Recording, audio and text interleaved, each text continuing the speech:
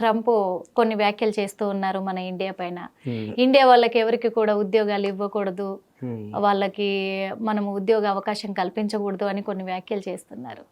దీనిపైన ఏం అంటే అంటే నేను అంత డీటెయిల్డ్ గా మీరు చెప్పలేను కానీ సింపుల్ గా పైన ఓవర్లే చెప్పగలిగింది ఏంటంటే, వెనకటికే ఓ సామెత ఉంటుంది. సామెత అని అంటే మళ్ళీ బీహార్ వాళ్ళు ఫీల్ అవ్వద్దు, చెప్తున్నా ఊరికే. ఏక్ బిహారీ సౌ బిహారీ అంటారు, దో బిహారీ మారామారి, తీన్ బిహారీ ట్రైన్ అమారి అంటారు. సో మనుషుల సైకాలజీ అనమాట ఇది. మనుషులే కాదు, జంతువుల సైకాలజీ కూడా అనుకుంటున్నా నేను. ఒక మనిషి 100 వ్యాధులతో సమానం అని. ఇద్దరు మనుషులు కనుక ఉన్నారనుకోండి ఒక ట్రైన్లో, ఒక మనిషి ఉన్నాడు అనుకోండి ఒక ట్రైన్లో, 100 వ్యాధులతో సమానం. అదే ట్రైన్లో ఇద్దరు మనుషులు ఉన్నారనుకోండి, మళ్ళీ బీహార్ అని అంటారు, మామూలుగా చెప్తున్నారు. ఇద్దరు ఉంటే మారామారి, వాళ్ళు కొట్టుకుంటూ ఉంటారు. ముగ్గురు ఉన్నారనుకోండి తీన్ బిహారీ అంటారు. ముగ్గురు మనుషులు ఉన్నారు, ఈ ట్రైన్ మొత్తం మాదే అంటారు. సో అమెరికాలో కూడా ఇప్పుడు ఏంటంటే సెకండ్ లార్జెస్ట్ పాపులేషన్ లేదా something like third largest population అయిపోయింది తెలుగు కమ్యూనిటీ అనేది. ఈ ఇండియన్ కమ్యూనిటీ అనేది చాలా ఎక్కువ పాపులేట్ అయిపోయింది అక్కడ. బేసిక్ గానే అంటే అక్కడ సైకాలజీ చెప్తున్నాను, అక్కడ బేసిక్ గానే మన వాళ్ళు ఎక్కువ అయిపోయి అక్కడ ఎంప్లాయ్మెంట్ అనేది లోకల్ ఎంప్లాయ్మెంట్ పోవడం. మొత్తం మన వాళ్ళు ఇప్పుడు డబ్బు సంపాదించితే సరిపోదు, కొంతమంది బుద్ధి కూడా ఉండాలి. వీళ్ళు ఏం చేస్తున్నారు, మొన్న వాళ్ళు అక్కడ స్టాక్ మార్కెట్ ఎదురుగా ఒక మన బరాత్ పెట్టారు. చూసారా మీరు ఆ వీడియోని? బరాత్ పెట్టారు మ్యూజిక్. ఏంటంటే ఆ రోడ్ అంతా డబ్బు పెట్టి కొనేసారు, బరాత్ చేసుకున్నారు అక్కడ ఒక స్టాక్ ఎక్స్చేంజ్ సంథింగ్ ఒక ఇన్స్టిట్యూషన్ ముందు, అమెరికన్ ఇన్స్టిట్యూషన్ ముందు. లేదనంటే కనుక ఒక చోట మొత్తం డబ్బు ఉంది కదా అని ఆ మదం చూపించినప్పుడు ఏమవుద్ది అంటే ఆటోమేటిక్గా అక్కడ ఉన్న వాళ్ళకి మండుద్ది.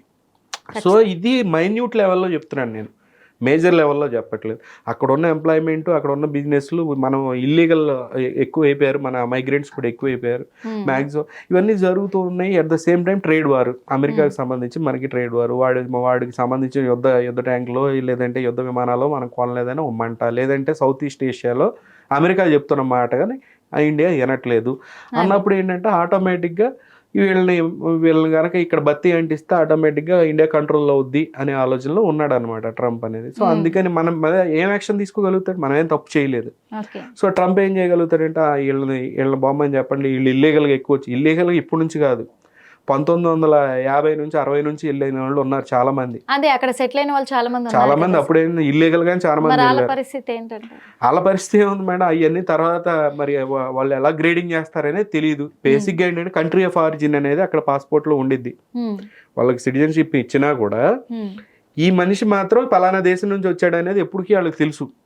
సో దాన్ని ఎట్లా వాళ్ళు చూసుకుంటారు అనేది అది ఇక తర్వాత సంగతి. మామూలుగా సిటిజన్షిప్ వచ్చిన వాళ్ళని కదిలీరని అనుకుంటున్నా. కాకపోతే స్టేట్మెంట్స్ ఏంటంటే మాక్సిమం ఎందుకంటే ఇప్పుడు రాష్ట్రాల వైజ్ గా తీసుకుంటే సార్, ఇప్పుడు మనకు ఏపీ తెలంగాణ ఉంది. ప్రత్యేక తెలంగాణ వచ్చిన తర్వాత ఆంధ్ర వాళ్ళందరూ ఇక్కడ నుంచి వెళ్ళిపోవాలి అన్నారు, వాస్తవంగా అన్నారు. కానీ ఎప్పుడో కొన్ని ఏళ్ల క్రితం వచ్చేసి ఇక్కడే సెటిల్ అయిపోయి ఇక్కడే ఆధార్ కార్డులు, ఓటర్ ఐడీలు అన్ని పెట్టుకున్న వాళ్ళని ఎవరిని కూడా డిస్టర్బ్ చేయలేదు. ఇంకొకటి ఇక్కడ బ్రతికే వాళ్ళు బ్రతకొచ్చు, హ్యాపీగా జాబులు చేసుకోవచ్చు అన్నారు. అది రాష్ట్రాలలోనే ఒక ఐక్యమత్యత ఉన్నప్పుడు, ఇప్పుడు దేశం కానీ దేశం వెళ్ళి ఎప్పుడో వెళ్ళి అక్కడ సెటిల్ అయిన వాళ్ళు ఉన్నారు. అమెరికా వెళ్తే మేము మంచి జాబ్ చేసుకోవచ్చు అనే ఆశలతో ఉన్నవాళ్ళు.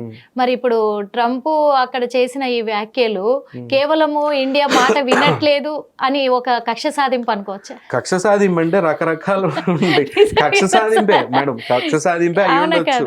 ఇప్పుడు మనం మాట్లాడుకునేది, నేను ఇప్పుడు మీతో ఎందుకు మాట్లాడుతానంటే ఈ సబ్జెక్ట్ నేను ఆల్రెడీ చెప్పాను, డిప్లొమాటిక్ వేలో మాట్లాడను, సింపుల్ కాన్వర్జేషన్ అనమాట. ఎలా ఊరికే మీకున్న ఆలోచనలు నాకున్న ఆలోచనలు అట్లా మాట్లాడుకుందాం. ట్రంప్కి ఉందేంటి, ఇది ట్రేడ్ డీల్ సరిగ్గా జరగట్లేదు ఇండియాతో. ఇండియా నేను యుద్ధ ట్యాంకులో ఏమైనా సామాన్లు అమ్మాలనుకుంటున్నా, వాడు కొనట్లేదు. చైనాతో యుద్ధం చేయమంటే వెళ్ళట్లేదు. లేదంటే రష్యా దగ్గర ఆయిల్ కొంటున్నాడు. వాడు ఒక ఎలాంటి అంటే ఒక నాటీ అని అనలే, ఒక waste idiot type of behaviour అనమాట. అంటే ఒక రకమైన కుళ్ళిపోతాడు తను అనమాట. యుఎస్ ఎప్పుడు అంతే ఉంటుంది బేసిక్గా వాళ్ళ మైండ్ సెట్స్ అని. సో అవన్నీ పక్కన పెడితే మరి ఇండియా రెస్పాండ్ అవ్వాలి అని అంటే ఎక్కువ మేజర్ పీపుల్ యుఎస్లో ఉన్నారు. యుఎస్కి సంబంధించిన ప్రోడక్ట్స్ మనం ఇండియా నుంచి మనం ఐటీకి సంబంధించిన ప్రతిదీ కూడా మనమే ఇచ్చేస్తూ ఉన్నాం. సో చాలా ఎఫెక్ట్ ఉంటుంది ఇండియా మీద దీనివల్ల. సో అందుకని చెప్పి కదిలేస్తున్నాడు. ఎందుకు? మోటివ్ వేరే ఉంది. అమెరికా మోటివ్ ఏంటంటే వీళ్ళని నిజంగా ఇండియన్స్ని అట్లా తోలేసిన, ఇండియన్కి సంబంధించిన కంపెనీలని ఆపేసిన దెబ్బ అమెరికాకే ఉంటుంది. ఎందుకంటే most hard working people Indians, most intellectual people చూసుకున్నా కూడా ఇండియన్స్ ఈ రోజుకి కూడా. బట్ అతను చేసే ధోరణి అంతే ఉంది, బెదిరియటమే తప్పితే చివరాఖరికి వచ్చేసరికి పంపించడమే ఉండదు. పంపిస్తే అది ఇల్లీగల్గా స్టే చేసేవాళ్ళు వాళ్ళని పంపించగలుగుతారు. At the same time hate rate ఎక్కువ పెరిగిపోయింది మేడం ఇప్పుడు యాజ్ ఆఫ్ నౌ. అమెరికాలో కూడా మీరు చూసినట్లయితే ఒక లేడీ, తమిళనాడు లేడీ యాక్చువల్ చదువుకున్నా కూడా మనం ఇప్పుడు బిఏ రోమన్ ఇన్ రోమ్ అంటారు. అమెరికా పోయినప్పుడు అక్కడ ఉన్న కల్చర్ని అడాప్ట్ చేసుకోవాలి. ఇప్పుడు మీరు ఇందాక అన్నారు కదా తెలంగాణ అని, ఇక్కడ అన్నీ ఉన్నా కూడా ఇక్కడికి వచ్చినప్పుడు ఇక్కడ లోకల్ కల్చర్ని అడాప్ట్ చేసుకోవాలి, లోకల్ లాంగ్వేజ్ మాట్లాడాలి, లోకల్స్తో కలవగలగాలి. ఆ మైండ్ సెట్తో ఉంటే వీళ్ళతో మింగిల్ అవుతారు ఎవరైనా. అట్లానే అమెరికాలో కూడా అలానే ఉండాలి. ఒక ఆవిడేమో ప్లేట్ తీసుకొని భోజనం చేస్తుంది ఎక్కడో ట్రైన్లో, ఒకళ్ళేమో మన వాల్మార్ట్కి వెళ్ళిపోయి ₹1,00,000 సామాన్ వేసుకొని తీసుకుని వెళ్ళిపోతున్నారు బిల్ చేయకుండా. ఒక ఏమో థ్యాంక్స్ గివింగ్ డే రోజు ఏ రోజు లోపల బయట చాక్లెట్లు పిల్లలకు పెట్టిన అవి తీసుకుని మారిపోతుంది. ఇట్లాంటివన్నీ కూడా ఇప్పుడు వీడియోస్ యాంప్లిఫై అవుతున్నాయి. సో అక్కడ ప్రజలు ఇండియన్స్ అంటే చాలా శాంతి కాముకులు, చాలా మంచి పీపుల్, చాలా హార్డ్ వర్కింగ్ పీపుల్ అని ఇన్ని సంవత్సరాల నుంచి అనుకుంటున్నారు. ఇప్పుడేమో వెధవ పనులు చేస్తా ఈ వీడియోలన్నీ కూడా ఎక్కువ పాపప్ అవుతుండేసరికి ఎక్కువ హేట్రేట్ స్టార్ట్ అవుతుంది. సో గవర్నమెంట్ అంటమే కాదు, ఫ్యూచర్లో మీరు చూడండి ఇదే రకంగా కనుక కంటిన్యూ చేస్తే, బుద్ధి లేకుండా ఒకడు రీల్స్ చేస్తూ మీరు చూసే ఉంటారు అమెరికాలో ఇట్లా వాళ్ళు చిరాకించుకుంటున్నారు. సో ఏషియన్స్ మెయిన్గా ఇండియన్స్ కూడా ఇంతే వెధవల్లా తయారయ్యారు. వాళ్ళ యాక్టింగ్ కూడా అంతే ఉంటుంది అక్కడ, వాళ్ళు చేసే పనులు కూడా అంతే ఉంటున్నాయి. సో కామన్ సెన్స్ లేని పనులు, రీల్స్ కోసం కామన్ సెన్స్ లేని పనులు అని చేయడం మూలాన కూడా ఈ హేట్రేట్ స్టార్ట్ అవుతుంది. ఆ వీడియో 1000 మంది 1,00,000 మంది చూస్తే 1,00,000 మంది అగ్నెస్ట్ అవుతారు కదా. సో ఇదేంట్రా బాబు ఇండియా ఇది కాదు, వీళ్ళంతా వేస్ట్ ఫెలోస్ అనుకుంటారు కదా. సో దానివల్ల కూడా ఫ్యూచర్లో ప్రమాదం ఉంది. చాలా మనం అవతల కంట్రీకి వెళ్ళినప్పుడు జాగ్రత్తగా ఉండాలి. అట్ ద సేమ్ టైం అక్కడ ఉన్న కల్చర్కి మింగిల్ అవ్వాలి. అక్కడ ఉన్న లోకల్స్తో మంచిగా, ఇంతకుముందు 40లో 50లో 60లో వెళ్ళిన వాళ్ళు ఎలా ఉన్నారు, వాళ్ళతో పాటు కలిసిపోయారు, వాళ్ళతో పాటు వాళ్ళ వాల్యూషన్ షేర్ చేసుకున్నారు.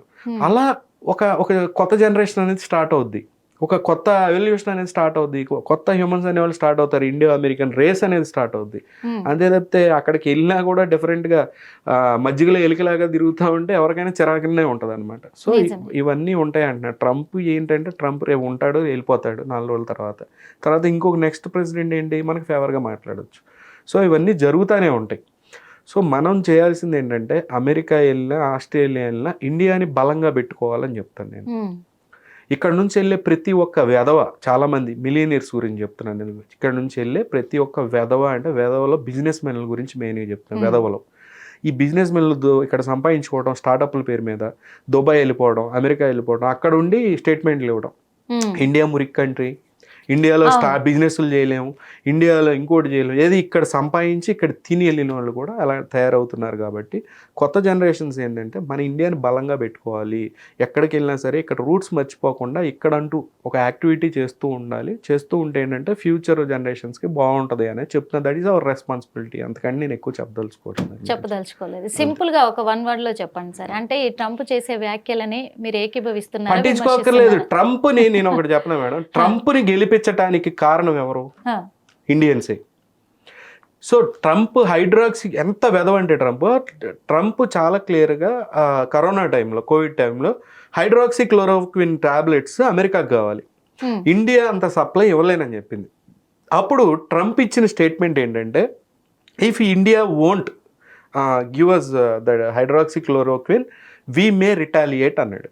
అంటే ఏంటి రిటాలియేట్ అంటే రెండు అర్థాలు ఉంటాయి. రిటాలియేట్ అంటే మీ మీద యుద్ధం చేస్తాను అనేది అర్థం వస్తుంది, లేదనంటే మీద మేము శాంక్షన్స్ వేస్తా మీకు. ఇప్పుడు ట్రంప్ చేసే స్టేట్మెంట్స్ ఉన్నాయి కదా, మీకు నరకం చూపిస్తా, మీకు మొత్తం దేశాన్ని నాశనం చేస్తామని వాళ్ళు వచ్చి మాట్లాడటం, ఇది రిటాలియేషన్ అంటే. అది అంటే మీరు హైడ్రాక్సీ క్లోరోక్విన్ మాకు ఇవ్వకపోతే మీ మీద రిటాలియేట్ చేస్తాను ఆ రోజే స్టేట్మెంట్ ఇచ్చాడు. ఏది ట్రంప్ మొన్న గెలవక ముందే కోవిడ్ టైంలో ఇచ్చాడు అని అంటే ఎంత వెదవో తెలుసు కదా. గ్రీన్ కార్డులు, సిటిజన్షిప్లకు ఆశపడి మన ఎన్ఆర్ఐలు, ట్రంప్ వచ్చైతే ఇంకేం లేదు దేశంలో, ఇక నెక్స్ట్ ప్రెసిడెంట్ మనమే, ఇండియన్సే అవుతారు, మన తెలుగు వాళ్ళే అవుతారు అనే ఫీలింగ్లో దగ్గరుండి బైడెన్ యాక్చువల్గా కొంత నెగిటివ్ చేసినా ఎప్పుడు కూడా ఈ రకమైన స్టేట్మెంట్ లేదు ఇండియా గురించి. కానీ ట్రంప్ మోస్ట్ అసలు అన్ప్రెడిక్టబుల్ ఉంటాడు, ఇంకో మెంటల్ లాగా, పిచ్చోడి చేతిలో రాయిలాగా అనమాట. వాడు ఆ రాయి ఎటు ఇసురుతాడో తెలియదు, ఎవరికెళ్ళి తగులుద్దో తెలియదు అనే మెంటల్ వస్తాయి. వాటి మీద చాలా ఎలిగేషన్స్ ఉన్నాయి. అలాంటి వ్యక్తిని తీసుకెళ్ళి కుర్చీలో కూర్చోబెట్టారు. అసలు అక్కడ దేశంలోనే ఆడు ఉండకూడదని చెప్పి అన్ని కేసులు పెడితే, ట్రంప్ లాంటి పిచ్చోడు ఉండకూడదని చెప్పి పెడితే ఆ ట్రంప్నే దగ్గరుండి ప్రెసిడెంట్ని చేశారు. ఇది మన ఇండియన్సే, ఈయన వచ్చేస్తే అందరు గ్రీన్ కార్డులు సిటిజన్షిప్లు కింద మారిపోతాయని ఇప్పుడు అడుగు తింటున్నారు. సో ఇప్పుడు ఇండియాకి వచ్చే నష్టం ఏమి ఉండదు, ఇండియా సెల్ఫ్ సస్టైన్ అవ్వగలదు. ఇండియాకి వచ్చి అమెరికా లేకపోయినంత మాత్రాన ఏమీ కాదు. ఇండియాకు ఉన్న ప్రజల్లో ఈరోజు డబ్బు ఉంటే ఓకే ఖర్చు పెట్టుకుంటారు, డబ్బు లేకపోతే పక్కింటోడికి కూడా తెలియకుండా కాముగా బతికే రకాలు ఇండియాలో ఉన్న ప్రజలు. మన ఇంట్లో డబ్బు లేకపోయినా, తినడానికి తిండి లేకపోయినా పక్కింటి వాళ్ళకి కూడా తెలియని ఇండియా వాళ్ళకున్న ఆత్మగౌరవం అది. సో మనకేం ప్రాబ్లం కాదు. అమెరికా పోయిందని ఇంకో 10 సంవత్సరాలు ఎవడో మనకి ఏ దేశం హెల్ప్ చేయకపోయినా పర్లా, మనం పండించుకొని తింటాము. అలాంటి పరిస్థితి వస్తే కనుక ఎవరికి తలగ్గోమో అని చెప్తున్నాను. వాళ్ళ అవసరాల గురించి ఇట్లా చేస్తే ఇప్పుడు ఆ ట్రంప్ వల్ల దేశమే నాశనం అయ్యే పరిస్థితి వచ్చింది. సో అది నేను చెప్పదలుచుకున్నాను. మనం చేసుకున్నాయి అవన్నీ. ట్రంప్ తీసుకొచ్చి పెట్టింది మనోళ్లే దగ్గరుండి. ట్రంప్ గెలవాలి, దేశం ఇంకేముంది వెలిగిపోద్ది అన్న. పోయి ముంచుతున్నాడు.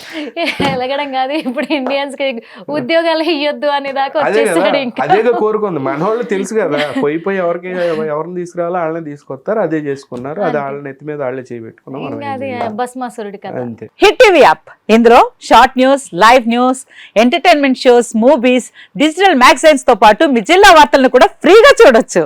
ఇంకెందుకు ఆలస్యం, వెంటనే హిట్ టీవీ యాప్ ని డౌన్లోడ్ చేసుకుని ఫ్రీగా ఎంటర్టైన్మెంట్ పొందండి. Hit TV app. Hit TV app. Please download hit TV app. Hit TV app ని ఫ్రీగా డౌన్లోడ్ చేసుకుని ఎంజాయ్ చేయండి. మీకు నచ్చిన ఎంటర్టైన్మెంట్ కోసం హిట్ టీవీ యాప్ ని ఫ్రీగా డౌన్లోడ్ చేసుకుని ఎంజాయ్ చేయండి. హిట్ టీవీ యాప్ ని డౌన్లోడ్ చేసుకుని ఆస్వాదించండి, ఆశీర్వదించండి. ఇంతమంది సెలబ్రిటీలు హిట్ టీవీ యాప్ ని డౌన్లోడ్ చేసుకోండి అని చెప్తున్నారంటే ఎంత మంచి యాప్ ఆలోచించండి.